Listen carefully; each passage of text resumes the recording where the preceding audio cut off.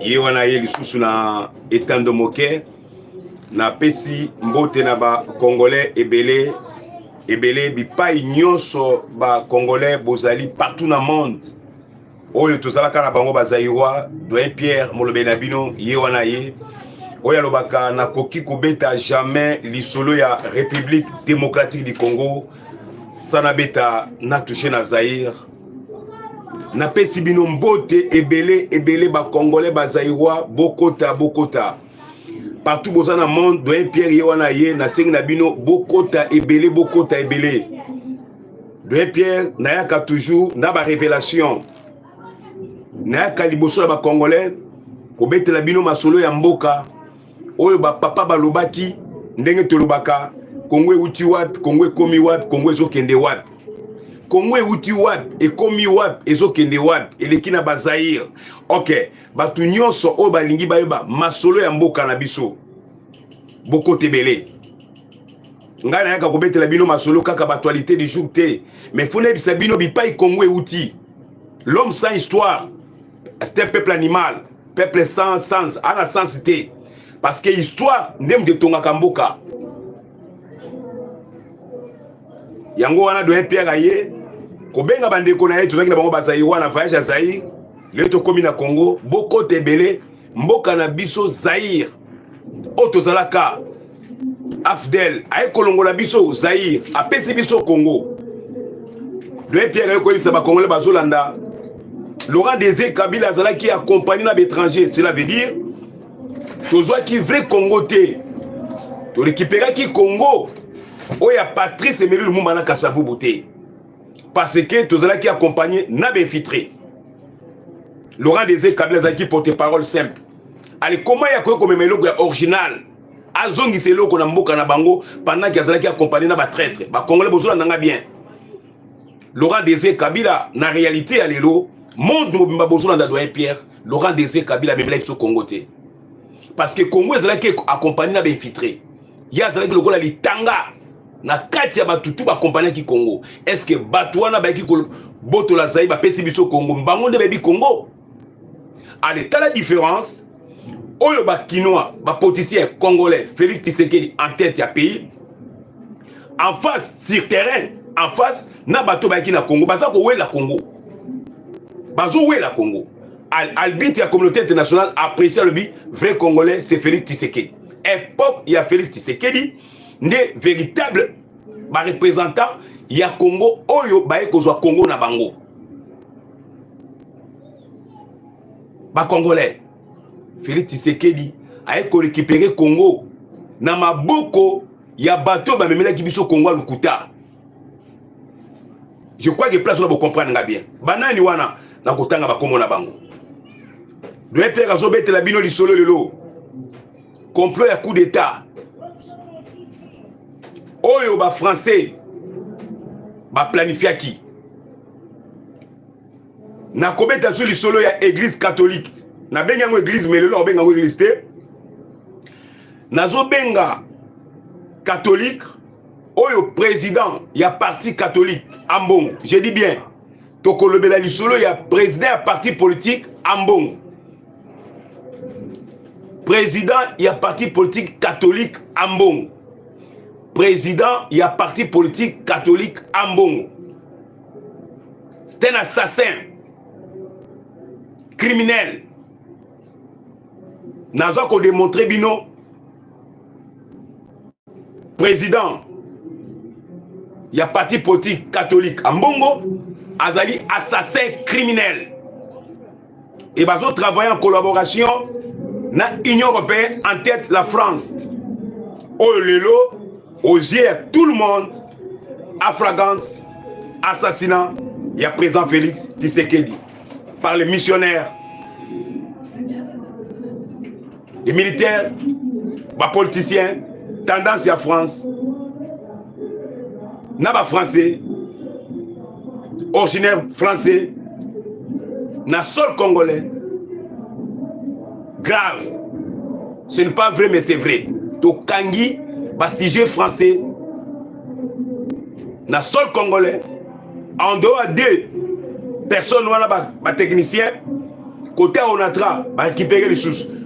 Donc doyen Pierre na bengi ba congolais ba côté belé tant tozo le bela likambu ya Union européenne en tête France assassinat. Il y a président Félix actuel tozo le bela sous likambu ya parti politique catholique président la bango ambongo tozo le bela bango batwa na mibale ba congolais besoin na ngana monde doyen Pierre ko ba vérité naza ko dénoncer sikoyo banani ba détecter qui malheur ya Congo Union européenne Église catholique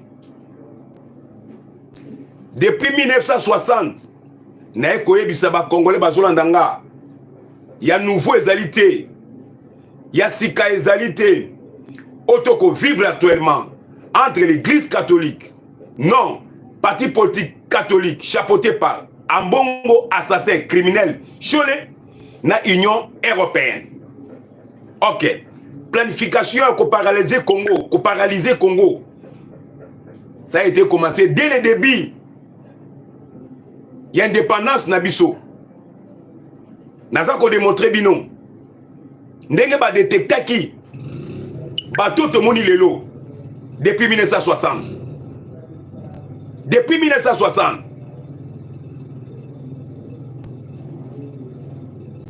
Ba Congolais, génération Nabiso, tous on a testament. On a benga ba testament. On a benga ba testament.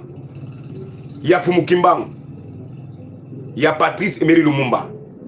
Même il y a Laurent Désiré Kabila. Même il y a Papa Etienne. Il faut que dans la communicateur, analyse politique, on mène, donc, on a mené le peuple congolais, n'est-ce pas, on va comprendre que ce n'est pas pour le moment, toujours vivre les blocos. Dans le bien, ce n'est pas pour le moment, ce n'est pas actuellement, plutôt. Actuellement, tu vivre ma camoté. Non, méchant. Et ça, biloko est bandaki déjà. Depuis 1960, ba détecté batomi ba catholique Union européenne. Na ba leader, ba marché ba monter. Sur la génération Nabiso Torozomaï le comment. Il est temps que génération Nabiso tout punir l'église catholique dans la République démocratique du Congo, na Union européenne chapeautée par la France. Ba Congolais, Makambo Toko vive lelo, planification c'est l'Union européenne, Église catholique. Vous pouvez imaginer, dans 1960 et quelques, père d'indépendance, leader d'indépendance, Patrice Emery Lumumba, accompagné Naba collègue Naé,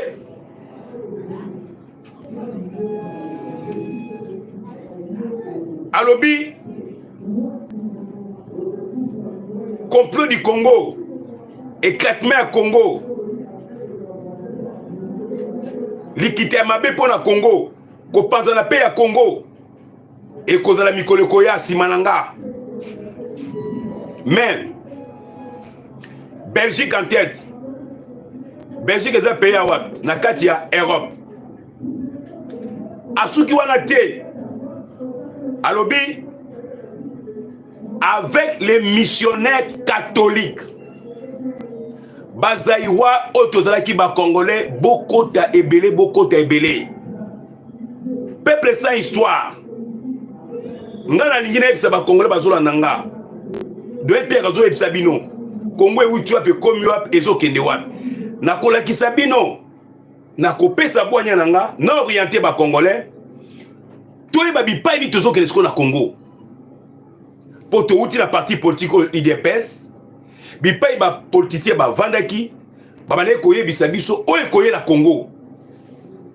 Raison pour laquelle to vandaki na IDPS au-delà de 32 ans, tout ça, il ligne des partis, qu'on a sabiso, demain nango, lobby nango, victoire à cause pouvoir et causala. Puis tout ça, on a cahier des charges, dès que tu diriger Congo, c'est dessus pouvoir. Au moment où je vous parle, IDPS, Azana Katia Bafé, Testament naye et Kokisami. Mais Azana Katia Kokisasi Koyo, ba point oya pointaki. Yango na zonga na lombango na sima. Pour la côté Sabino, ba Congolais tozali, ya sika ezalité, ba père indépendance, bazala qui victime na même politique ya catholique na union européenne.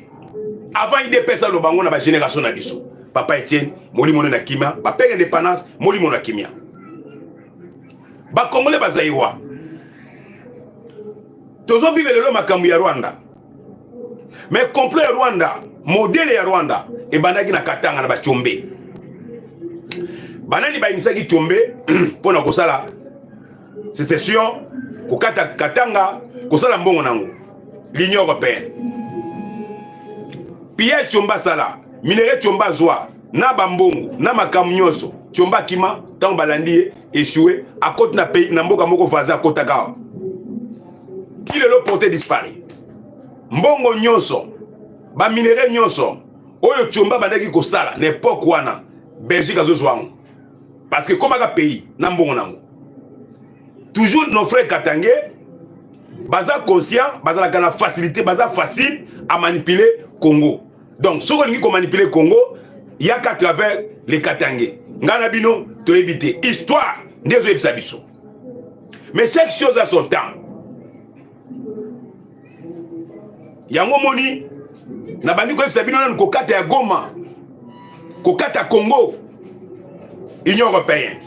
Na kati ya Union européenne, n'importe quoi tout le monde Belgique. Yango Lumumba lobaki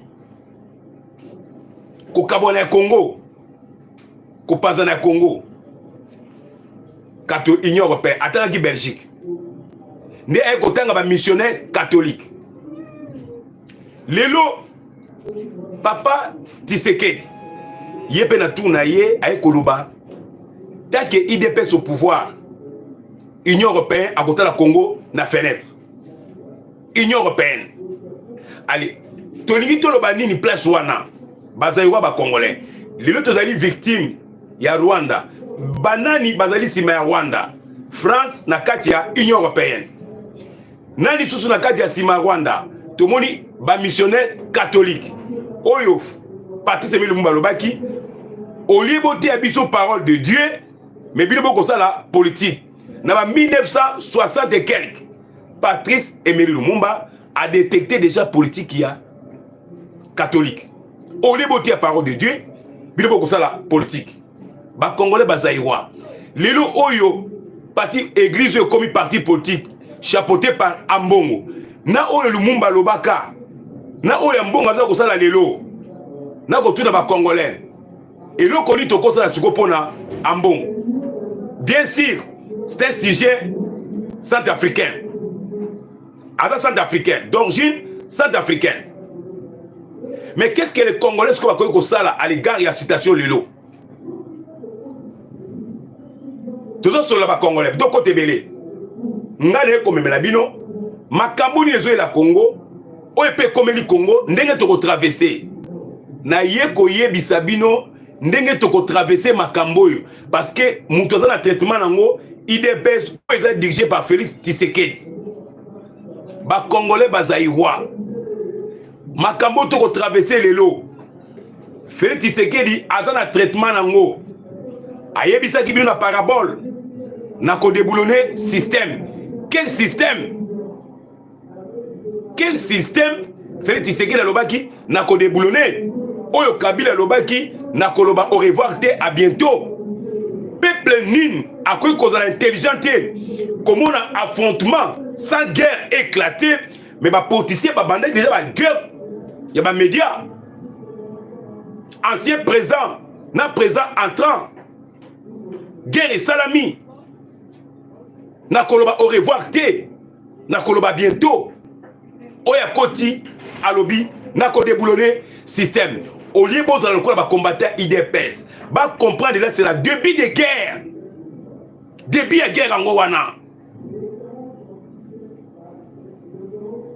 Dans la place Bitumbe Bandaki, entrée, il y a présent Félix Tshisekedi au pouvoir. Pour un ancien président, si vous êtes réellement fils du pays, si vous êtes réellement fils du pays, je ne sais pas, Nakoyko Kolobanin. Nakoki ko apprécier ma qualité ni na kene ko bakisa na kati ko pesa valeur ya pouvoir au ancien président au Rwandais qui a tête à pays. pour na kopesa biso cadeau ya modèle la boy.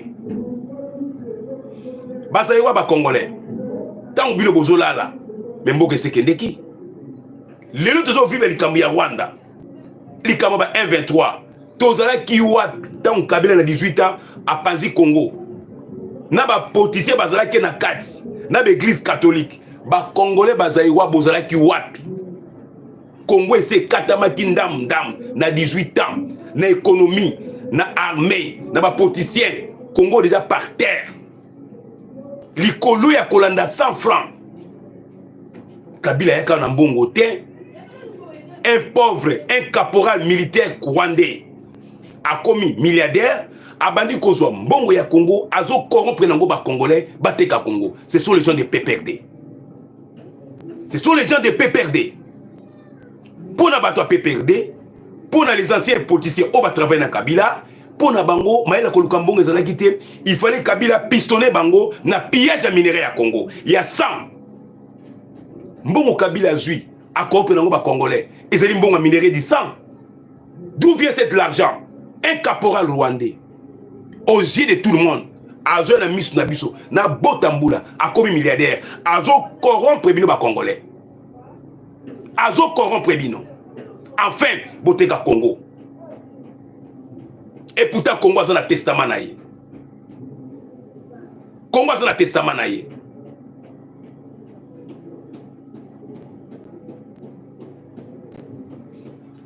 Lelo vérité bimi.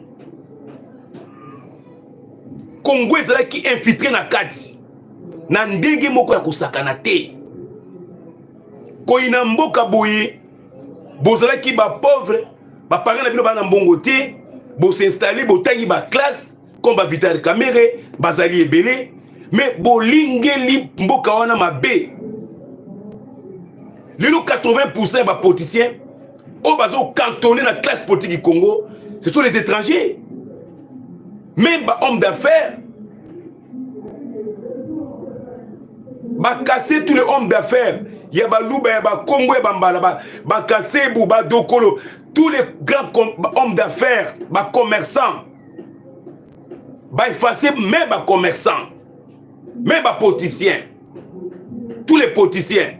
Oh ba compagnie qui Afdel, ba congolais. Nyonso, porté disparu. Éliminé. Seulement, quand la carte va faire, les Rwandais, ils vont accompagner qui Afdel. Mais les pères et les mères, les Congolais, ils vont accompagner comme musée. Bango tout bakenda. Les autres doivent bien être Sabino Nini. Makambo esili. Makambo esili. Makambo esili. Émotion bozanango et libino. Doit être lobina yaka ko Sabino makambo ya lukutate et libino. Biso moko na IDP tozali modèle. Nazalaka fier koya devant peuple congolais. O bazo nanga partout dans le monde. Nazaka fier naza kinois. Kinois oya crâne. Ayeba kike un vrai monsieur. Il faut avoir la connaissance ya politique. Et politique ndé salaka muto zala. Ayeba uti wa akomi wa azo kende wa. Nous les Africains tozali en face à l'homme blanc, domination à l'homme blanc à cause de la politique. Na spiritualité na bang. Mais il est temps que comme tu comme éveillé, tous ces temps, 18 ans, tous ces temps, 30 ans, il fallait IDPS Aya a marqué dans le monde, c'est IDPS parti politique Yabamba Mboka. Bazaïwa ba Congolais. Pourquoi biso na bino na 18 ans tu accompagnes Kabila tu fais tu bungisi Congo même na classe politique internationale. Na ba réunion internationale Congo ezala quitté na conseil de sécurité même na ba marché ya ba minerai ezala quitté. Pourquoi lelo bozo mona makambo nini o islami na Congo bota la jague infiltration même na niveau de l'église na yebisi bino ke ezali église catholique té ezali parti politique catholique président na bango ambongo tozali na président ya parti politique catholique ambongo bazo travailler na Union européenne. Lelo mallette satellitaire. Mallette satellitaire. Oya ba français. Oya ba kangi na antenne ka. En dehors ba militaire ba zu côté ya ba onatra. Ba mercenaire. pour la assassiner. Ba Congolais bazaïwa. France a kobanda ko éliminer ba président congolais comment? Nazoya étape par étape, beaucoup tebele ba Congolais partout dans le monde. Il est temps que les lots tokozwa décision, il y a église catholique, peut tokozwa décision, il y a France. Les lots de Pierre, nazolo ba makambu église catholique et bandi na bisote, en maintenant chaque chose à son temps. Comment Patrice Emery Lumumba, il est mort déjà, mais na Mounokonaye a parlé qu'il est missionnaire catholique. Il a bien précisé les missionnaires catholiques au lieu de prêcher la parole de Dieu. C'est une accusation. On a accusé Bango. Allez, va s'arrêter dans 60 idées. Peuple congolais, au lieu politique, église catholique, et s'arrêter dans 60 parce que Patrice Emery Lumumba a accusé Bango. Mais non, ils ont continué à l'Union européenne parce qu'ils voulaient la seule congolais, quoi assassiner ma président. Mais après tout, pourquoi tu as ça tant la catholique dans le sol congolais?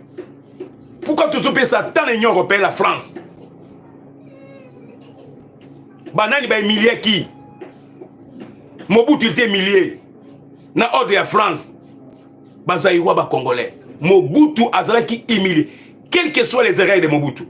Mais c'est la France. On appelle ça qui mot d'ordre. Va recevoir Mobutu. Ça c'est une humiliation. Toujours la France, l'Union européenne. Est-ce que quand il faut toucher les Congolais? Il faut tous la toucher.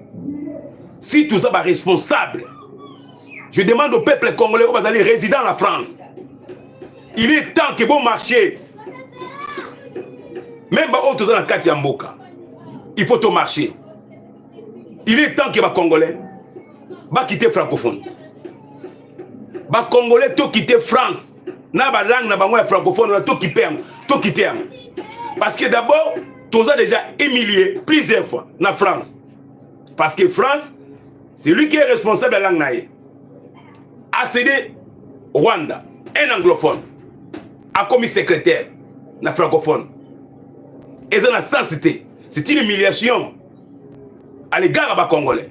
Autres ont chapeauté premier pays francophone dans le monde. Donc nous travaillons dans le pays un anglophone. Il y a quoi agresser des années. Bon, la gère et intelligence, il y a des Français. Quelle relation entre la France et la Rwanda? Côté langue. Et dans la sensité, mais c'est une humiliation pour un anglophone côté la fonction na francophone. C'est une humiliation. Non, à la Kissibiso, dans le monde intellectuel, France à la Kissibiso, je ne collaborais pas. Donc, Naza collaboré na France, na Congo. Naza collaboré na Congo je collabore avec la Rwanda. France à la Kissibiso, Naza collaboré na Rwanda. Naza na bonne relation na Rwanda, non, na République démocratique du Congo. À travers gestes, il y a langue naïe. A souki na langue te. A pesna confiance, a pesna ba arme. Ba brouillard auto que comme on a ba soukoi na biso ba ne ko matate ba brouillard na est. Et ça toujours ba français. Le mallette satellitaire. Oye ba kangi ba français. Et souki wana te. Mallette satellitaire et zo pèse information na Rwanda, na Kabila et na France. Mais quel genre y a ba relation? Quel genre de relation? Mallette satellitaire. Donc, mallette ou les alliés sophistiqués. Donc, mallette ou les alliés mallette satellitaire sophistiqué. Donc, les alliés sophistiqués. Ils ont surveillé toutes les informations. Informations nyonso. Même y a armée, même y a chef de l'État, même y a Mboka Nabiso. Après tout, pourquoi Rwanda, l'autorisation de la France, bakoya ko filer Congo, koza ko espionner Congo, n'a pas modèle et tout, France na Rwanda. Quel que soit au commissaire qui, ceux qui Michikiyabu, na francophone. Mais on peut, les Français va se limiter dans la relation, il y a langue, na bango français avec le Rwanda. Mais les Français va au-delà, il y a espionnage, service, il y a renseignement français. Ça peut tenir compte que les Congolais ont des blessures. Mobutu a qui humilié à cause de la France. On a assassiné Laurent Désiré Kabila à cause de la France. Même parti Séméli Lumumba. L'île France, aux yeux de tout le monde, a continué toujours qu'on saboter Congo. Minerai à Congo. Et comme ils vendent à travers la Rwanda, c'est la France qui est en tête, c'est la France qui a initié le marché, c'est la France.